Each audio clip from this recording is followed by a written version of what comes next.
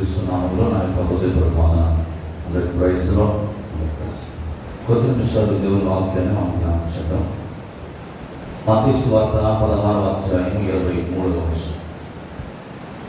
మత్తయి సువార్త 16. అయితే ఆయన పేతురు వైపు తిరిగి, సాతానా, నా వెనుకకు పొమ్ము, నీవు నాకు అభ్యంతర కారణమై ఉన్నావు. నీవు మనుషుల సంగతుల్ని తలచుచున్నావు కానీ దేవుని సంగతులను తలంపక ఉన్నావని పేతురుతో చెప్పెను. దేవునికి స్తోత్రం కలుగును గాక. హల్లెలూయా. యేసుక్రీస్తు ప్రభువారు ఈ లోకానికి తండ్రి యొక్క ప్రయోజనాలు, తండ్రి యొక్క చిత్తం, ఆయన ఉద్దేశాన్ని, ఆయన ప్రణాళికను నెరవేర్చడానికి వచ్చినప్పుడు మనుషులు ఏం చేస్తున్నారంటే దాన్ని ఆపడానికి ప్రయత్నం చేస్తున్నారు. మనుషులైన వాళ్ళు ఏం చేస్తున్నారు? ఆపడానికి ప్రయత్నం చేస్తారు. దాన్ని ఏమంటారు? అర్థరహితమైన పని అని అంటారు. జ్ఞానం లేని వాళ్ళు. ఇప్పుడు పేతురు గారి యొక్క చరిత్రను మనకు బాగా తెలుసు. ఇస్కరియోతు యోధా కంటే పేతురు పెద్ద పాపం చేసిన వ్యక్తి. పేతురుతో ప్రభు చెప్పాడు, నీవేనే నా సంఘాన్ని కడతాను, పాతాళం యొక్క లోకపు ద్వారాలు నిలువ నేరవు అని ప్రభు పలికాడు. అయితే ఇప్పుడు పేతురుని ఏమంటున్నాడు దేవుడు? సాతానా, నా వెనుకకు పొమ్ము అని. ఒకసారి మనం రోమా పత్రిక 9వ అధ్యాయము 20-21 2 వచనాలు కూడా చదవాల్సిందిగా ప్రభు పేట తెలియజేస్తాం. అవును కానీ ఓ మనుషుడా, దేవునికి ఎదురు చూపుటకు నీవెవడవు? నన్ను ఎందుకు ఇలాగూ చేసేదని రూపింపబడింది రూపించిన వారితో చెప్పునా? ఒక ముద్దలో నుండి ఒక ఘటము ఘనతను, ఒకటి ఘనహీనతను చేయుటకు మట్టి మీద కుమ్మరవానికి అధికారము. దేవునికి స్తోత్రం కలుగును గాక. గమనించండి, మొట్టమొదటిసారి యేసు ప్రభు తన శిష్యులతో తాను ఈ లోకానికి ఎందుకు వచ్చాడో, తాను చేయవలసిన ముఖ్య పని ఏంటో ఆయన చెప్తున్నాడు. యేసుక్రీస్తు ఎందుకు వచ్చాడండి ఈ లోకానికి? యేసుక్రీస్తు ప్రభు ఈ లోకానికి ఎందుకు వచ్చాడు? ఎందుకు రావాల్సి వచ్చింది? యెరూషలేములో పెద్దల చేత, ప్రధాన యాజకుల చేత, శాస్త్రుల చేత, ధర్మశాస్త్ర పండితుల చేత అనేకమైన బాధలను అనుభవించి 3వ రోజున సజీవంగా లేపబడడానికి ఆయన ఈ లోకానికి రావాల్సి వచ్చింది.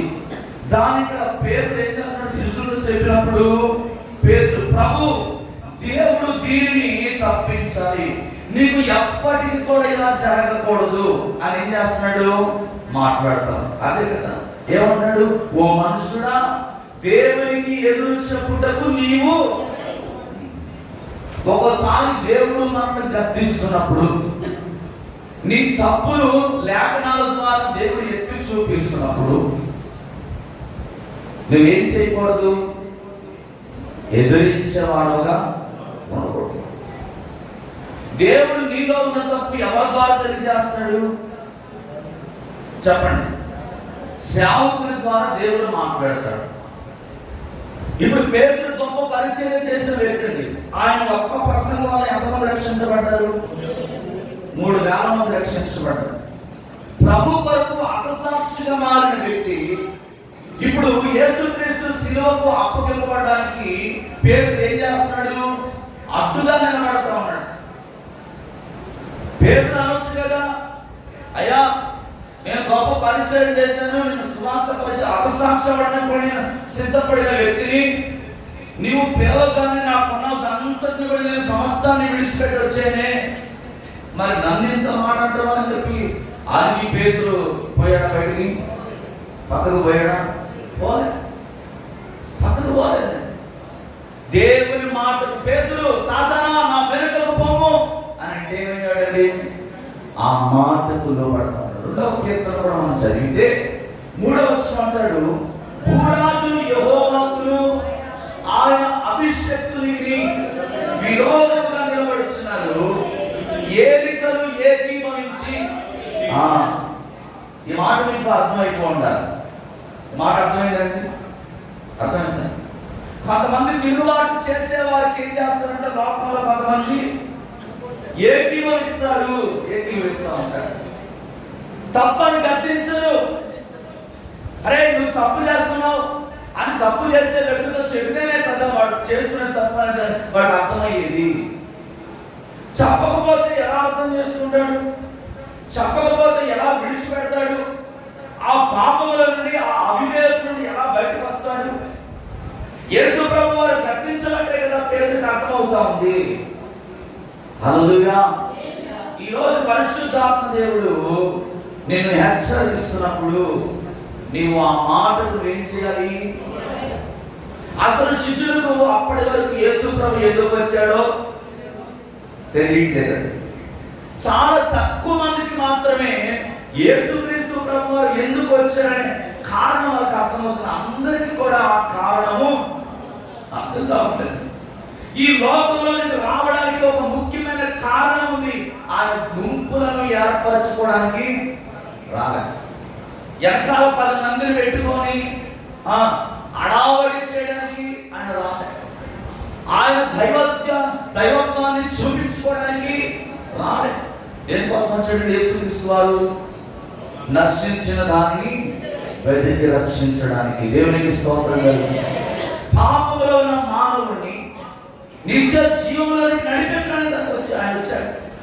అనేక మంది చేత పొగడబడాలి, సేవలు కప్పుకోవాలి, పేరు ప్రఖ్యాతులు సంపాదించాలి, పెద్ద పెద్ద బంగాళాలు కట్టుకోవాలి, కోట్ల రూపాయల ఆస్తులు సంపాదించుకోవాలి అనే ఈ లోక సంబంధమైన ఆలోచనతో ప్రభు ఈ లోకానికి రాలేదండి. ఆయన అనేక మందిని రక్షించడానికి 3 కారణాలు చెప్తానండి. లూకా సువార్త 13వ అధ్యాయం 34వ వచనం చదివితే 3 కారణాలు రాత్రి మనం జ్ఞాపకం చేసుకుందాం. యెరూషలేమా, యెరూషలేమా, ప్రవక్తలను చంపుచు నీ వద్దకు పంపబడిన వారిని రాళ్లతో కొట్టుచుండుదానా, కోడి తన పిల్లలను తన రెక్కల కింద యానాకు చేర్చును.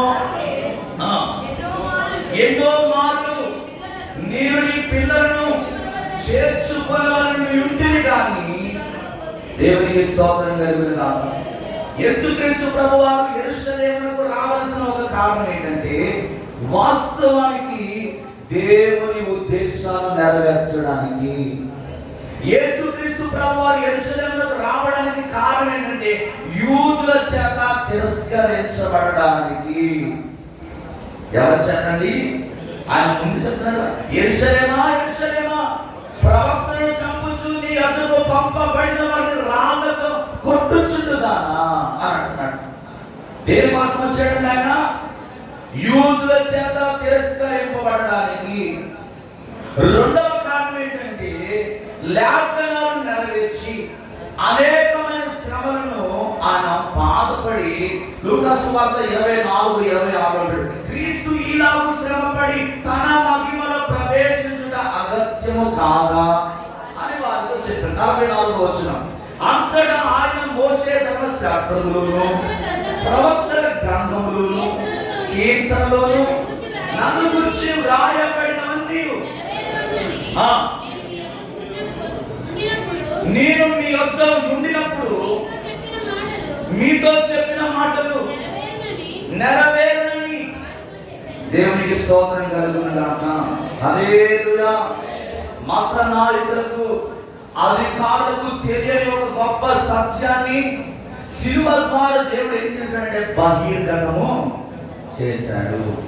అనేక మంది చేత వెలివేయబడాలి, అనేక మంది చేత తృణీకరింపబడడం కోసం, బంధకాలలో ఉన్న వారిని విడిపించడం కోసం మోషే ధర్మశాస్త్రంలో, ప్రవచన గ్రంథంలో, కీర్తనలో రాయబడినవన్నీ కూడా నెరవేర్చడానికి ఆయన ఈ లోకానికి వచ్చినాడండి. 45వ వచనం 47 కూడా చదవండి. లూకా. అప్పుడు వారు ఆయన వారి మనసు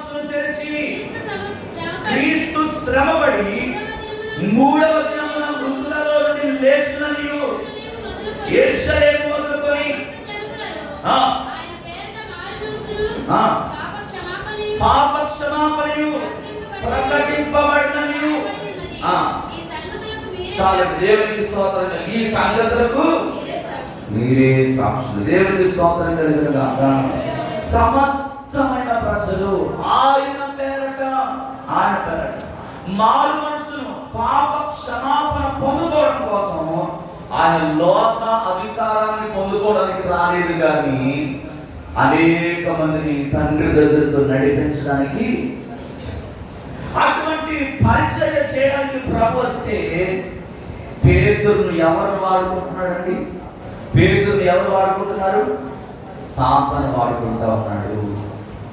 కొన్నిసార్లు ఈరోజు దేవుని పరిచర్య జరగకపోవడానికి, ఆయనకి ఇష్టమైన విధానంలో జరగకపోవడానికి ఈరోజు చాలా మంది ఎలా ఉన్నారు తెలుసా? అడ్డుబండగా నిలబడతా ఉన్నారు. ఈ ఉపవాస ప్రార్థన ద్వారా నీ చిత్తము కాదు ఈ లోకంలో నెరవేర్చబడాల్సింది, నీ ఘనత కొరకు కాదు నువ్వు ప్రయత్నం చేయాల్సింది, పని చేయాల్సింది.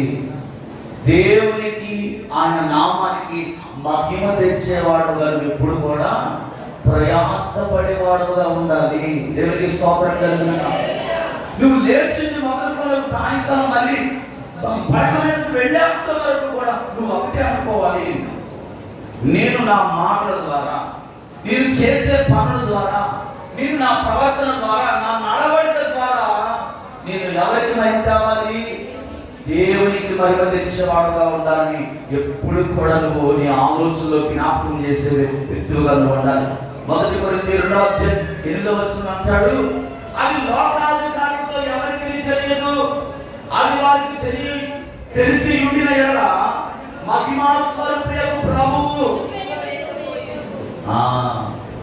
ఏంటండి లోకాధికారులకు తెలియదండి ఆయన చేసే త్యాగం ఏంటో, ఆయన ఎందుకు చంపబడవలసి ఉందో ఈ లోకంలో ఉన్న వారికి అర్థం కావట్లేదు. అందుకనే ఏం చేస్తున్నారంటే అపహాసం చేస్తా ఉన్నారు, హేళన చేస్తా ఉన్నారు, వెర్రివాణిగా చూస్తా ఉంటా ఉన్నారు. ఈరోజు యేసు ప్రభు నమ్ముకుని అనేక మంది లోకం ఏం చేస్తుంది? ఎరువులు అనుకుంటా ఉన్నారు, అపహాసం చేస్తా ఉన్నారు, అవహేళన చేస్తా ఉంటా ఉన్నారు. ఆ రోజు యేసు ప్రభు వారు కూడా శిలువకు అప్పగింపబడడానికి ముందు లోకం ఆయన చూసి ఏం చేసిందంటే అపహాసం చేస్తూ ఉంటాను. కానీ దేవుడు చెప్పిన 4వ కార్యం ఏంటంటే ఆయన 3వ దినాన లేపబడతాడని చెప్పిన మాట లూకాసు వార్త 24:7 చదవలసిన అవసరం లేదు, రాసుకోవడానికి ప్రయత్నం చేయండి. ఎందుకంటే సమయం లేదు కాబట్టి త్వరగా నేను చెప్పుకుంటూ వెళ్తాను. ఎక్కడికైనా అక్కడ చూస్తే కనపడుతుంది. ఆయన ఏదైతే చెప్పాడో ఆ ప్రవచన వాక్కు అందులో కనపడతాము. ఇప్పుడు పేతురుని యేసుని ఎదిరించడం గల కారణం మనం గమనించగలిగినప్పుడు, యేసుక్రీస్తు ప్రభువారు యెరూషలేములో మరి చనిపోవలసి ఉంది.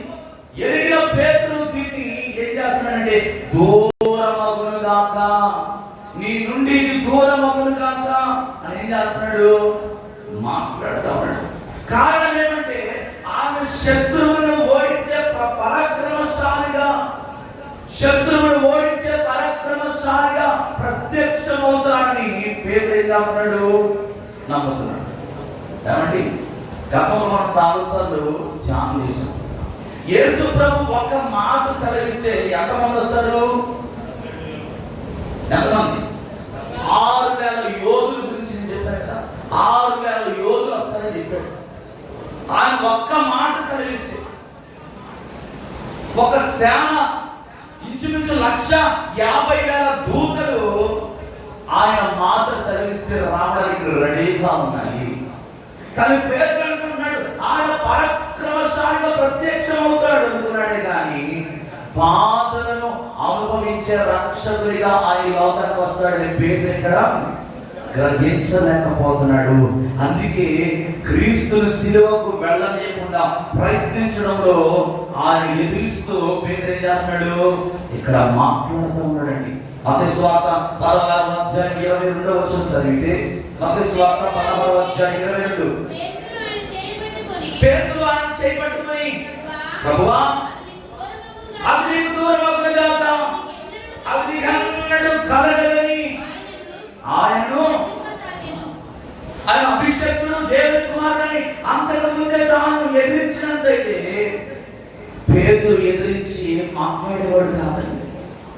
పేతురు నైజాన్ని మనం గమనిస్తే ఒక్క క్షణంలో శిఖరాలు ఎక్కిపోవడం, క్షణంలో లోతైన అగాధానికి చారిపోవడం. పేతురు లాంటి వారి మనుషులు ఈనాడు కనబడతా ఉన్నారు. ఒకేసారి మాత్రం ఏం చేస్తారండి?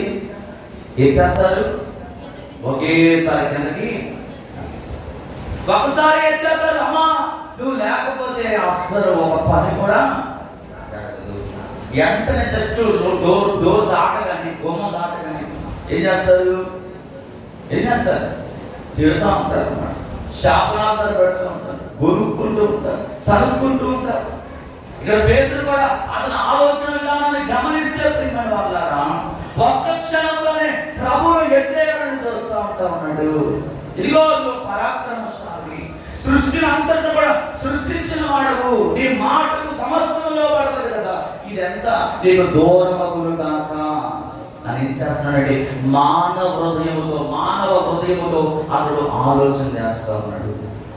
ఈరోజు ప్రియమైన వాళ్ళారా, నీ జీవితంలో కూడా ఒక్కోసారి నువ్వు మానవ ఆలోచనతో దేవుని చిత్తాన్ని నెరవేర్చలేని స్థితిలో ఉన్నట్లయితే, ఈ రాత్రి ఒకవేళ నీలో అటువంటి ఆలోచన ఉన్నట్లయితే నా యేసయ్య నామములో అది ఈ రోజు నుంచి తొలగిపోవును గాక.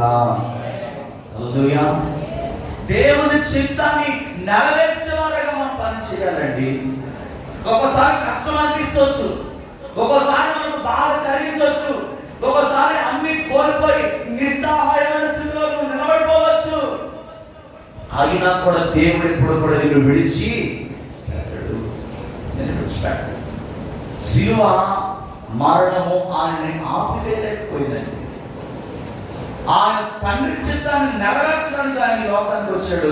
దాన్ని సంపూర్ణమైన మానవుడిగా ఈ లోకంలో జీవించి దాన్ని నెరవేర్చడానికి ఆయన ఈ రాత్రి సిద్ధపడతా ఉంటాడు. దేవునికి స్తోత్రం కలుగుగాక. పస్కా పండుగ గురించి, పులియన రొట్టెల పండుగ గురించి మనం జ్ఞాపకం చేస్తే, దాదాపుగా 7 దినాలు ఈ పులియన రొట్టెల పండుగ చేసేవారంట. ఒక చిన్న ఉదాహరణకు అర్థం కావడం చెప్తా ఉంటారు. ఈ పులియన రొట్టెల పండుగలో 4 దినాలేమో మోషే ఇశ్రాయేలు ప్రజల్ని ఐగుప్తు దేశంలో 430 సంవత్సరాలు విడిపించిన కారణం చేత వారు చేదు కూరలతో, ఆ రొట్టెలతో మరి పులియన రొట్టెల పండుగ చేసుకుంటారు, పస్కా పండుగలు చేస్తూ ఉంటారు. మిగతా 2 దినాలు దేనికోసం అంటే, యేసుక్రీస్తు ప్రభువారు పునరుద్ధానుడై ఆయన సమాధిని జయించి తిరిగి వస్తానని ఏదైతే చెప్పాడో దాన్ని సంపూర్ణంగా నెరవేర్చడం కోసం శిష్యుల మధ్యలో ఆయన ఏం చేస్తాడంటే వారి పాపలన్నింటినీ కూడా కడిగి ఆ రాత్రి, ఈ రాత్రి పస్కా పండుగ ఆయన ఏం చేస్తాడండి. ఇప్పుడు ఈ పస్కా పండుగ కొరకు సిద్ధపడుతున్నప్పుడు చూడండి, ఇక్కడ పేతురు ఏం చేస్తున్నాడండి, అడ్డుపడతాం. ఒకసారి సామెతల గ్రంథం 16:25 చదివితే, సామెతల గ్రంథం 16:25 16:25 ఒకరి మార్గము వాడి దృష్టికి యథార్థముగా కనబడను, అయినను తుదకు అది మరణమునకు. ఒకసారి వారు ఏమనుకుంటారు, సలహాదారులుగా కొత్త సలహాలు ఇవ్వడానికి ప్రయత్నం చేస్తూ ఉంటారు, కొత్త సలహాలు ఇవ్వడానికి ప్రయత్నం చేస్తారు. కానీ ఒక విషయం గమనించండి, మనం ఎప్పుడైనా కొత్త సలహాలను ఇవ్వడానికి ముందు మనం ఎలా ఉన్నామో పరిశీలన చేసుకోవాలి. ఆ యొక్క దేవుడిచ్చిన ఆ తలంపును నెరవేర్చడానికి మన జీవితం సరైన విధానంలో ఉందా లేదా మొట్టమొదటి మనం ఏం చేసుకోవాలి, పరిశీలన చేసుకోవాలి. అలా అనుకుంటే ఈ లోపల అనేక మంది రోజు కొత్త ఆలోచన పోవడం రాదు. అన్ని నెరవేర్చదగినవేనా కావు. అన్ని నెరవేర్చదగినవి కావండి. కొన్ని నెరవేర్చడానికి కొన్ని అవకాశాలు ఉంటాయి, అవి కొన్ని నెరవేర్చడానికి అవకాశం ఉంటాయి, అవి నెరవేర్చబడతా ఉంటాయి. మన జీవితంలో ఏదైనా దేవుడు మనతో మాట్లాడుతున్నప్పుడు మొట్టమొదటిగా ఫస్ట్ ఆఫ్ ఆల్ మన జీవితంలో దాన్ని అప్లై చేసుకోవాలి. మనము సరిగ్గా ఉన్నామా, మన ప్రవర్తన సరిగా ఉందా, మన మాట సరిగా ఉందా, మన చూపు సరిగా ఉందా, మన భాష సరిగా ఉందా, మన విధి విధానాలు దేవునికి యోగ్యకరమైన రీతిలో మన జీవితం ఏ విధంగా ఉందని ఆలోచించిన తర్వాతనే మనం ఏం చేయాలి, దాన్ని నెరవేర్చడానికి 10 మందిలో పెట్టడానికి ప్రయత్నం చేయాలి. సామెతలలో ఇక్కడ మనం చదువుకున్నాం అంటే ఏం చెప్తుందండి? ఒకరి మార్గం వారి దృష్టికి యథార్థముగా కనబడడం, అయినా వారి తులకు ఎక్కడ తీసుకెళ్ళదంట? మనకు మనమే మనం గొప్పవాళ్ళు అనుకుంటాం, జ్ఞానవంతులు అనుకుంటాం. కానీ అది మనం ఏం చేస్తుందంటే కొన్నిసార్లు ఇది తప్పు ద్వామలో నడిపిస్తుంది. ఇక్కడ పేతురు కూడా సాధనగా ఏం చేస్తాడంటే తప్పు ద్వామలో నడిపిస్తా ఉంటా ఉన్నాడు. పేతురు తెలీదా ప్రభు మనుషుల చేత అప్పగించబడతాడని, ఆయన శిలువ వేయబడతాడని, 3వ దినాన ఆయన సజీవుడిగా లేపబడతాడని పేతురు తెలీదా? తెలుసు. కానీ ఏం చేస్తున్నాడంటే సాతాను యొక్క తలంపుల చేత అతడు లోబడిపోతా ఉంటా ఉన్నాడు. సాతాను యొక్క ఆధీనంలోకి వెళ్ళిపోతా ఉన్నాడు. సాతాను యొక్క ముఖ్యమైన ఉద్దేశం ఏంటో తెలుసా? దేవుని పని జరగనివ్వకుండా. ప్రకటన గ్రంథం 12:4 అక్కడ కనబడుతుందండి. మీరు ఇంకొక ఉదాహరణ చెప్తాను. ఇశ్రాయేలుకు వ్యతిరేకంగా ప్రజలను లెక్కించుటకు సాతాను దావీదును వాడుకున్నాడా లేదా? హలో, మొదటి దినవృత్తాంతాల గ్రంథం రాసుకోండి, 21వ చదివితే అక్కడ కనబడుతుంది. ఇశ్రాయేలు ప్రజలకు వ్యతిరేకంగా ప్రజలను లెక్కించుటకు ఎన్నడూ లేని విధంగా సాతాను దావీదును ప్రేరేపించాడండి. ఈరోజు నిన్ను ప్రేరేపించడం నువ్వు ఆశ్చర్యపడాల్సిన అవసరం లేదు. జాగ్రత్త. ఏది దేవుని ఆత్మ, ఏది దయ్యపు ఆత్మ అనేది మనం ఇప్పుడు కూడా అబ్జర్వేషన్ చేయాలి. అన్ని కూడా దేవుని ఆత్మ చేత నడిపించబడుతుందని అనుకోవడం పొరపాటండి. దేవుని ఆత్మీయులు, దయ్యపు ఆత్మీయులు, పరిశుద్ధాత్మ దేవుని సహాయంలో కోరుకుని మనం ఏం చేయాలి? ప్రార్థించే వారిగా ఉండాలి, కనిపెట్టే వారిగా ఉండాలి. ఈరోజు మన జీవితాలు ఏ విధంగా ఉన్నాయి?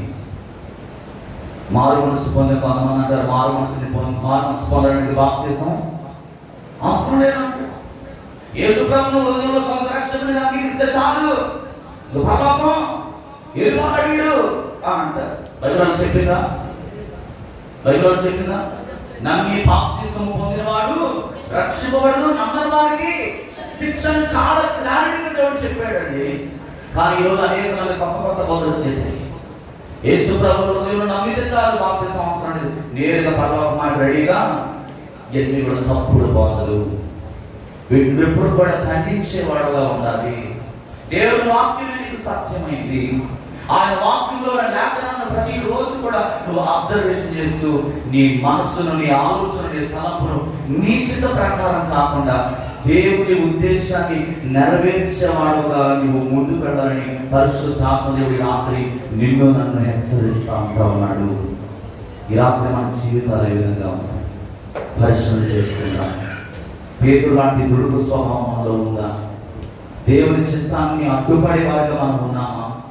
ఏ ఆలోచనతో మనం నడిపించబడుతున్నాం అన్న సంగతిని మనం జ్ఞాపకం చేసుకోవాలి. ఇంకొక 5 నిమిషాలు చెప్పేసేసి మనం ప్రార్థన చేసుకుందాం. చూడండి, కొలస్సీ రాసిన పత్రిక 3వ అధ్యాయం 2వ వచనంలో ఒక మాట ఉందండి. కొలస్సీ రాసిన పత్రిక ఈ మాట చెప్పుకొని వివరించేసి నేను ప్రార్థన వెళ్ళిపోదాం. 2వ వచనం, పైన వాటి మీదనే కానీ భూ సంబంధమైన వాటి మీద కానీ మనసు పెట్టకుడి, ఎలాగనగా మీరు మృతి పొందితిరి, మీ జీవము క్రీస్తుతో కూడా దేవునికి స్తోత్రం కలుగును గాక. దేవుడు ఏం చేయాలో మనకంటే ఆయనకే బాగా తెలుసు. ఆయనకు బోధించడానికి మనం ఎప్పుడు కూడా సాహసించే వారంగా మనం ఉండకూడదు.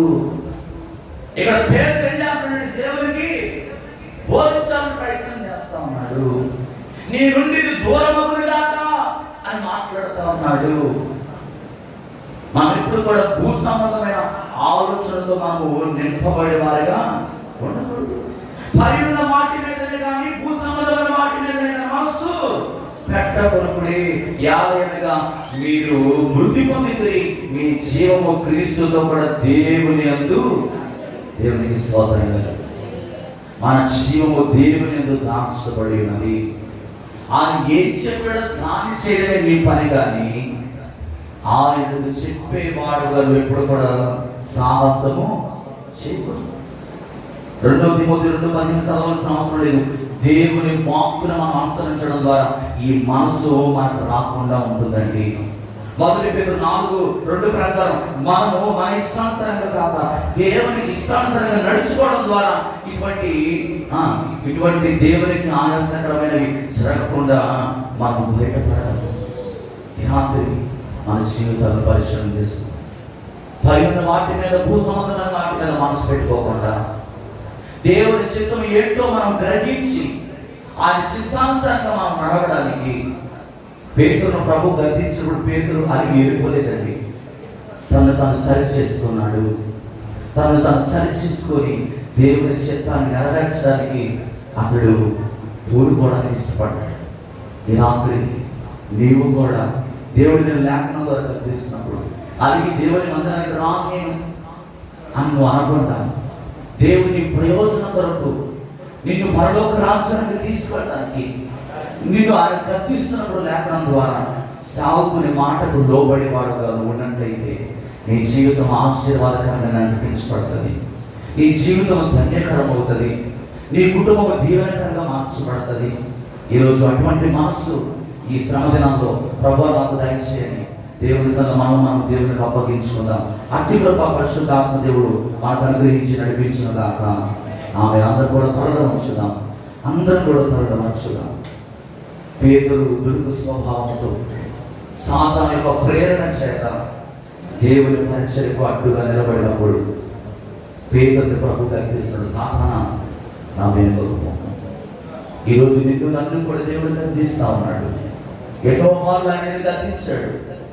ఎన్నో మార్లు నిన్ను ప్రేమ ఆయన లేఖనం ద్వారా నేను హెచ్చరిస్తున్నప్పుడు ఒక లోపడిన వాడుగా దేవుని స్తోత్రం.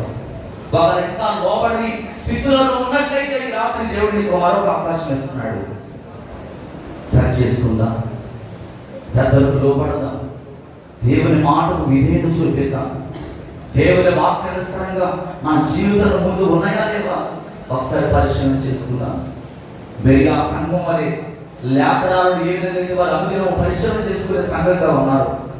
ఈరోజు దేవుడు మాట్లాడుతున్న మాట, సేవకుని నోట్ల నుంచి వచ్చే ప్రతి మాట కూడా అది సత్యమా కాదా అనేది నువ్వు ఆత్మదేవుని సహాయం పొందుకుని ప్రతిరోజు కూడా దేవుని వాక్యాన్ని ధ్యానిస్తూ ఇంకా సర్వసత్యంలోనికి నడిపించబడాలని దేవుడు కోరుకుంటున్నాడు. కనుక ఈ రాత్రి నీ ఇష్టాన్ని పక్కన పెట్టు. దేవుని చిత్తాన్ని నెరవేర్చడానికి నువ్వు ఇష్టపడేవాడుగా ఉండాలని ప్రభు మరొకసారి జ్ఞాపకం చేస్తున్నాడు. మనం ప్రతిరోజు ప్రార్థన చేస్తా ఉన్నాం. దేశంలో దేవుడు నెమ్మది వాతావరణం కలగ చేయాలి. యెరూషలేము క్షేమం కొరకు ఇదిగో యుద్ధ వాతావరణాన్ని దేవుడు ఆపివేయినట్టుగా మరి ఆ యొక్క దుబాయ్ దేశానికి, ఇరాన్ దేశానికి, అనేకమైన దేశాల్లో శాంతి సమాధానాలు దేవుడు కలిగించినట్టుగా మనందరినీ కూడా ప్రార్థన నడిపించడానికి ఆత్మీయులు సిద్ధంగా ఉండడం. అందరం కూడా ఏకమనసుతో మనం ముందుకు పెడదాం. దేవుడు మన విదేశాల్లో నెమ్మది, శాంతి, సమాధానం ఇచ్చినట్టు ఈ స్థాయి వారి పక్షాన దేవుడు నిలవబడి